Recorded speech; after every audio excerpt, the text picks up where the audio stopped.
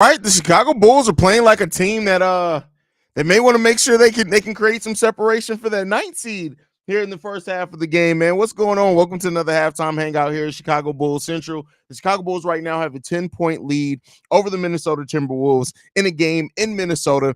Bulls right now have three players in double digits: DeMar DeRozan with 15, Alex Caruso with 15 as well, Nikola Vucevic with 12 points. Kobe still isn't playing the best, 2 for 4, right? So not like cold shooting. He isn't taking a whole hell of a lot of shots either. Andre Drummond also has 6 points off the bench, which is big for the Bulls. Right now, the Bulls are out rebounding the Minnesota Timberwolves by 10, which is really big when you look at the type of rebounding team that the Timberwolves are, the number one defense in the league at that. Points in the fast break, the Bulls are winning that 11-2, which is a big thing for the Bulls as well. Points in the paint, 24-22. Close to about close to even without actually being even as you can be there. The Bulls have 16 points off turnovers, so 14 for the Minnesota Timberwolves.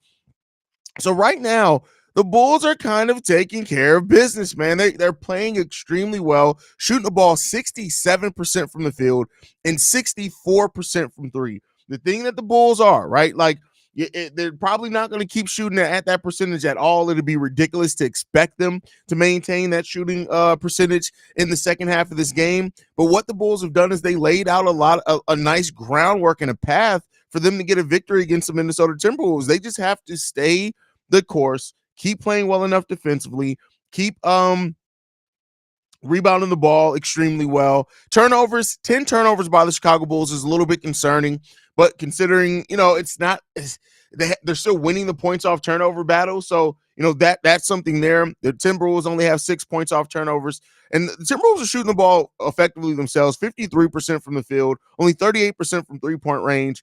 So let's see, how that's going to maintain for the Bulls. Can they keep making enough threes to keep this game as close as what it is so far?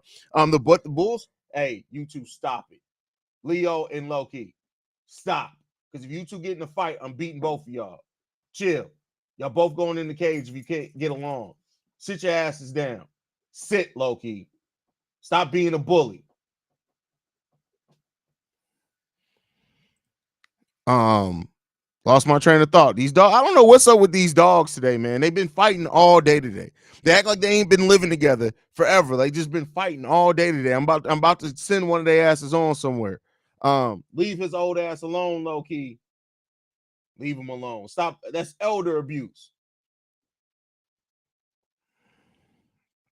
But yeah, Bulls playing really well today. Let's hope that continues for the Chicago Bulls, man, and just hope that they keep executing their game plan like they can, and they pull out a win today against the Minnesota Timberwolves. To stay the course, keep playing well, keep playing together as a team, stay locked in defensively, keep rebounding the ball. That's going to go really well for the Chicago Bulls. So let's hope that they can keep doing that.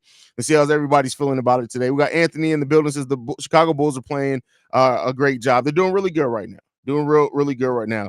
DeMar DeRozan, that's funny. Yo, what's going on, fam? Glad to have you in the building.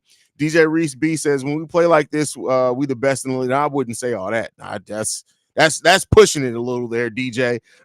Good to have. This is a good team when they are aggressors. Yeah. And listen, when they got to be locked in on both sides of the ball. That's always where it's more special for the Bulls, when they stay locked in on both sides of the ball. Hey, Haize, been a long time. First half for the Bulls. Shout out, Darren. Yeah, I agree with you. They're playing really well. Didn't let themselves get out to a big deficit, that's for sure. Playing well so far. Why can't we see this Bulls more often? If we play with this energy and toughness, we can make the playoffs. Listen, like I said before, I mean, really what comes out of the Bulls making the playoffs? I guess we'll see. Trap game for the Timberwolves, maybe that. Hey, listen, I can't knock that. How do we adjust for a more aggressive Ant next half? I mean, not even just a more aggressive Ant next half. This Minnesota Timberwolves team is going to absolutely make adjustments in the second half of the game, both offensively and defensively. Defensively, the Bulls, I think, can do enough, right? But offensively, when the Minnesota Timberwolves defense locks in, that's a tough defense to score against. So that's the kind of, if I had to pick a concern, that's the biggest concern for me, is what's going to happen defensively. How the Bulls offense can counteract what the Minnesota Timberwolves defense is about to try to do to us in that second half of the game. I honestly think there is some sort of curse on this team to end the season exactly 3 games under 500. I mean, listen, it's par of the course is all I can say on that one. The duality of the Chicago Bulls: play like shit against teams like the Pistons and Wizards, but can win against teams like the Sixers and Wolves. Well, let's not act like we haven't played like shit against some of the better teams in the league too. So that's just we're an inconsistent team. It sucks that I'm worried about us winning the game, and then this front office is going to use this to justify doing. Bro, I told you before, football CF Candy. Like if they have an excuse, just the fact of how many injuries that we've had, they're going to have the built-in excuse. It doesn't matter. This team can win every game, lose every game left for the rest of the season, and guess what? They still have a built-in excuse. If they're looking for excuses, they're going to have those excuses regardless. Caruso be checking people on the court. Love that dude. You gotta love Caruso's energy, man. You gotta love it, man. Love the energy drum brought when he came in, manhandling Gobert, getting rebounds and scoring in the paint. Gotta love it. Gotta love it. Hey, these dogs are like children. They could be living together all their life, but still fight one. Oh, facts. Make no mistake about it. I've had dogs my whole life. Like and it's random, right? Because it's like I have 3 dogs, right? I have Loki the Akita, 140 plus pound dog. I got Leo the lab. He's about 90 pounds, 95 pounds. He fluctuates. And then I got Simba, who's half husky, half German shepherd, and he's about 80 pounds. When I tell you that literally there was one day where it was like a battle royal. Loki got into it with Leo. Leo got into it with Simba. Simba got into it with Loki. And then just one time, all 3 of them just got into it, just randomly. It's like literally they all just looked at each other, was like, fuck it, let's go ahead and fight. It's like, what are we doing here, bro? What are we doing? Believe it or not, this Minnesota Timberwolves team is not good offensively when they don't have Karl Anthony Towns, because Anthony Edwards is basically the only source of offense. Maybe so Conley. Well, that doesn't mean they're a bad offense, bro. I hate to tell you that. Like Derrick Rose is our only source of offense, basically, but you have players that played off that. Naz Reid can put up points. Rudy Gobert can put up points, right? So they're not a terrible offensive team. They're not. Like they're definitely not top of the line offensively, but they're a middle of the pack offensive team, even without Karl Anthony Towns. Yeah, I agree. Just embarrassing at this point. I just don't understand why anyone in that building was okay with this, no matter how you look at it, bro. I've been telling you the same thing for basically a year, bro. It's not just because they don't confuse lack of action with not like. There's a lot of things that if I truly think if AK had the ability to go into the luxury tax, we would have seen a completely different team, a completely different offseason. And then you got to look at the things like Lonzo Ball's contract has been a big harping on this team. Now they've held on to it, but I really do think that AK wants to do better. I really do think that he has that drive. I don't think AK really understood when he took this job just how restrictive the front office is about the luxury tax. But to take away the excuses, he still took the job. So your job is to find a way to make this team a contender. And that's the job that he has in front of him. He has to figure it out. You got to figure it out. Damn, my Akita is only 80 pounds. Love those dogs, though. Haven't seen a more low. Do you have a Japanese Akita or American Akita? That's where it can fluctuate, because Japanese Akitas, the technically real Akitas, yeah, they're about 80 to 90 pounds. American Akitas, just like we make everything big and fat, they're not fat, but American Akitas, the males can fluctuate between about 95 upwards of 160 pounds, depending on the size of the dog. So American and Japanese Akitas, even though they're technically from the same line, they've like branched off to be completely different breeds of dogs in a lot of ways. Oh, my mistake. I should have said that they're the only types of people that can actually get their offense and run offense the right way. That's what I meant. Oh, well, that's absolutely correct. That's absolutely correct. DJ Reese B, I know I'm not being serious. Oh, you're talking about something else.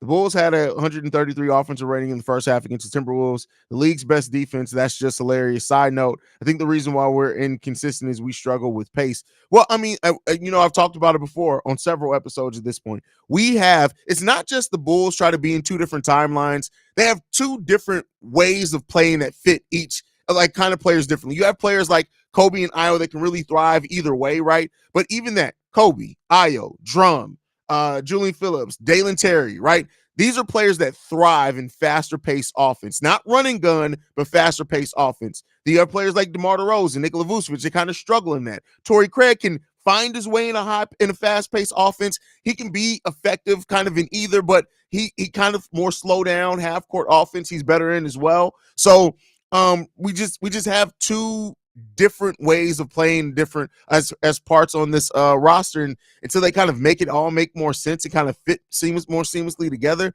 we're going to keep seeing the same thing, brother.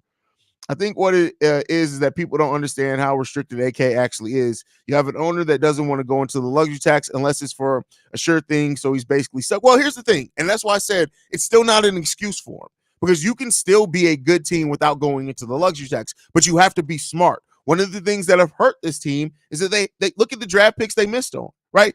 Just Tyrese Halliburton, Walker Kessler completely make this team a different team. Completely different team. I'm talking about a completely different state that we're in the team in. So if you're a team that can't go into the luxury tax, on top of you're not going to draw a lot of free agents, you drafting really, really smart is hugely important to building a sustainable program. And so they haven't done that well either. So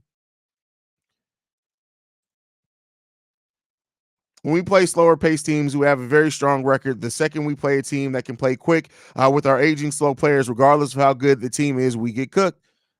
Listen, I don't agree with that one, bro. Rudy always picking on the little guys. Try that shit with Drummond. Honestly, I believe that Kobe is second guessing his shots instead of letting it fly. He could very well be, because he's in another slump. I hear the luxury tax thing about OKC Thunder exists. Yes. The OKC Thunder are also a team that has drafted, like to the last point that I made, they've drafted extremely, extremely well, right? So, yeah, you can not pay the luxury tax. It's not that you have to pay the luxury tax to be a great team, but if you don't, you have to make sure that you hit on your draft picks. You have to make sure that you hit on your draft picks. So, it's a weird thing to be in, man. It's a weird space to be in. You got to be smart. You got to have a front office that's smart, and your decisions got to hit. The thing the Bulls drafting a guy like Hallie and Kessler is that they wouldn't have had the same growth because it's a different team around them. But it's not about the same growth, right? But it's still that potential in them. Like, yeah, you still got to draw out that potential, but let's not act like Halliburton hasn't been on multiple teams and didn't flash it everywhere. And the Kings at the time that he was there was a terribly run-ass team. So it's not saying that and Walker Kessler, I think Walker Kessler would have been Walker Kessler regardless, because it's not about the team around Walker Kessler. He just, the way that Walker Kessler plays, he can be, his game fits on any team. Because while he's not the more modern day big that's going to stretch the floor, he's smart in pick and roll. He rebounds. He blocks shots. That can fit on any team in the league. Any team in the league, Walker Kessler can fit on. Period. Now, you can say that he may have not gotten an opportunity because Billy Donovan doesn't play. And even then, that's not true that he doesn't play rookies. We've basically been 2-2 for him not playing rookies that are drafted in the first round. But I think when you look at Tyrese Halliburton, who would have been instead of Pat, and Pat started right away, and then you look at Walker Kessler, he had a skill that if the Bulls would have drafted Walker Kessler, they wouldn't have signed Andre Drummond. Walker Kessler would have played right away. He would have played right away. So, you got to look at those things too. I want Sam Presti. I don't know if that does it, bro. I don't know if that does it. Looking forward to your draft profiles this summer. It's going to be interesting. It's going to be probably more straightforward than what you're thinking. But it's going to be depth. It's going to be a lot. I'm going to go after the top tier, mid tier, bottom tier. We're going to look at a lot of different positional groups. I don't know if I'm going to look at point guards per se because we're so guard heavy. I probably do. That's probably the position group I'll cover last, just because I don't know. But then again, it's AK, so you just never know. The Bulls need to be smart this draft as well, despite it being a weaker draft. I think they need to look at the front court and get a big who will probably replace Vooch when he can't start anymore. Yeah, for sure. Speaking of Walker Kessler, why the hell is Utah Jazz having him coming off the bench and having John Collins start at center? I think that's trying to get John Collins up out of there. Haize, the NCAA tournament changed your mind on TSJ for better or worse? No, I mean, I've said it for a while there. Terrence Shannon Jr. should be the pick. But I don't know if they're going to make that pick because of the stuff around him. Like, Terrence Shannon Jr. has tremendous upside. Tremendous upside.